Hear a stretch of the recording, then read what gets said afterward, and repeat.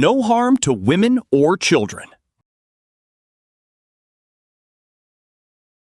இஸ்லாம் பெண்ணை அடிமைப்படுத்துதுன்னு ஊர் ஊரா கூச்சல் போடுறவங்களுக்கு இரு கேள்வி. உங்க பார்வையில பெண் சுதந்திரம்னா என்ன?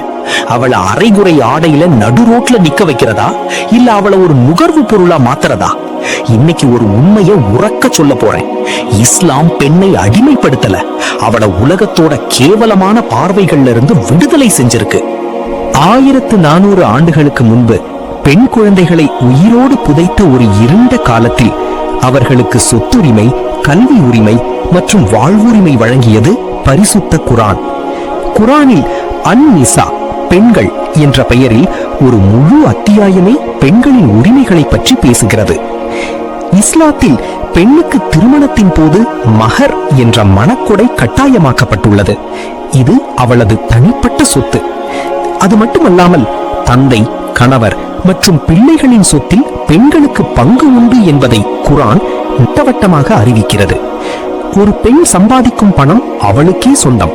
அதை வீட்டு செலவிற்கு பயன்படுத்த வேண்டும் என்று அவளை யாரும் வற்புறுத்த முடியாது.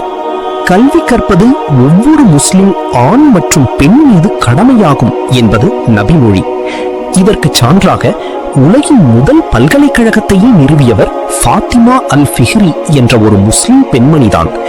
கல்வி என்பது ஆண்களுக்கு மட்டுமேயான சொத்து என்ற பிம்பத்தை உடைத்தது குர்ஆன். திருமணத்தில் பெண்ணின் சம்மதமின்றி எதையும் செய்ய முடியாது. தன் கணவரை தேர்ந்தெடுக்கும் உரிமை பெண்ணுக்கு உண்டு. ஒரு பெண் விரும்பாத திருமணத்தை ரத்து செய்யும் அதிகாரத்தையும் இஸ்லாம் வழங்கியுள்ளது. அவர்கள் உங்களுக்கு ஆடை, நீங்கள் அவர்களுக்கு ஆடை என்று கணவன் மனைவி உறவை பரஸ்பர மரியாதைக்குரியதாக குர்ஆன் கூறுகிறது.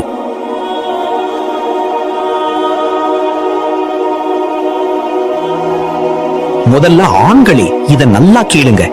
பெண்களுக்கு மாதந்தோறும் வர்ற அந்த 5 நாள் மாதவிடாய் வலி அது சாதாரணமானது கிடையாது. ஒரு ஆணா நம்மால கற்பனை கூட செய்ய முடியாத நரக வேதனை அது.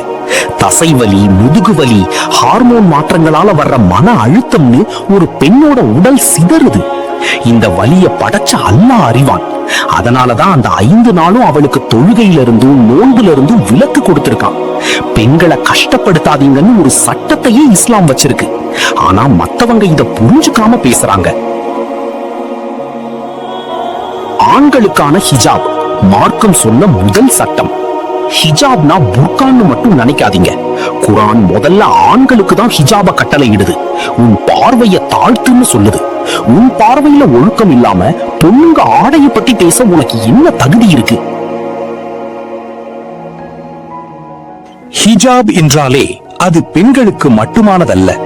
பரிசுத்த குர்ஆன் முதலில் ஆண்களுக்குத்தான் ஹிஜாபை கட்டளையிடுகிறது.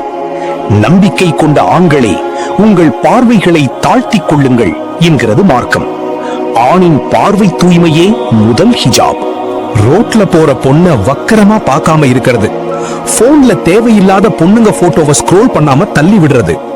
பொண்ணுங்க கிட்ட பேசும்போது கண்ணியமான இடைவெளியை விடுறது. பெண்களை பத்தி டபுள் மீனிங் ஜோக்குகளை தவிர்க்கிறது. உன் வீட்ல இருக்கிற பொண்ணை மதிக்கிற மாதிரி வெளியில இருக்கிற பொண்ணையும் மதிக்கிறது. உன் மகனுக்கு பெண் குழந்தைகளை மதிக்க கத்துக் கொடுக்கிறது. கோபத்துல கூட பெண்ணை தரம் தாழ்ந்து திட்டாம இருக்கிறது. ஒரு பொண்ணோட திறமைய அவ அழகை விட அதிகமா மதிக்கிறது. பஸ்ல, பொது இடத்துல பொண்ணுங்களுக்கு அசௌகரியம் தராம இருக்கிறது. நான் ஒரு ஆண்கிற திமிரை காட்டாம அடக்கமா இருக்கிறது.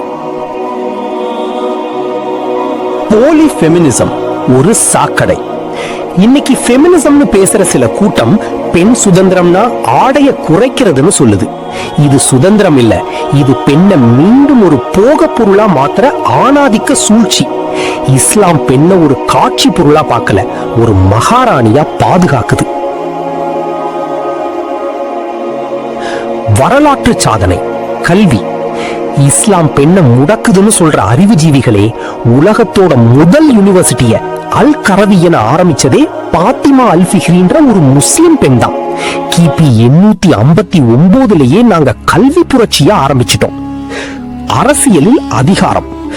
அரசியல்ல ஒரு முஸ்லிம் நாட்டுக்கு முதல் பெண் பிரதமரா பெனாசீர் பூட்டோ வந்தப்பவும் அவங்க ஹிஜாப விடல. அவங்க அறிவுக்கு ஹிஜாப் ஒருபோதும் தடையா இருந்ததில்லை. பலர் புர்காவை தான் ஹிஜாப் என்று நினைக்கிறார்கள். புர்கா என்பது ஒரு உடை, ஆனால் ஹிஜாப் என்பது ஒரு பெண்ணின் நடத்தை, பேச்சு மற்றும் கண்ணியம். தன் கௌரவத்தை பாதுகாக்கும் எந்த ஒரு கண்ணியமான உடையும் ஹிஜாப் தான். வீர மங்கையர், MMA அண்ட் பாக்ஸிங். பெண்கள் பலவீனமானவங்கன்னு நினைக்கிறீங்களா? கதீஜா சபாரி மாதிரி வீராங்கனைகள் MMA-ல ஹிஜாப் போட்டுக்கிட்டே பிளாக் பெல்ட் வாங்குறாங்க. ஜீனா நஸ்ஸார் குத்துச்சண்டை வளையத்துல ஹிஜாப் போட்டு மோதி விதியையே மாத்தினாங்க. விண்வெளிக்கு சென்ற அனுஷே அன்சாரி, ஒலிம்பிக்ல பதக்கம் வாங்கின இப்திஹாஜ் முகமது, இவங்க எல்லாரும் ஹிஜாப் போட்டுக்கிட்டே தான் சாதிச்சாங்க. ஹிஜாப் அவங்களுக்கு ஒரு மகுடமா, கிரவுனா தான் இருந்தது.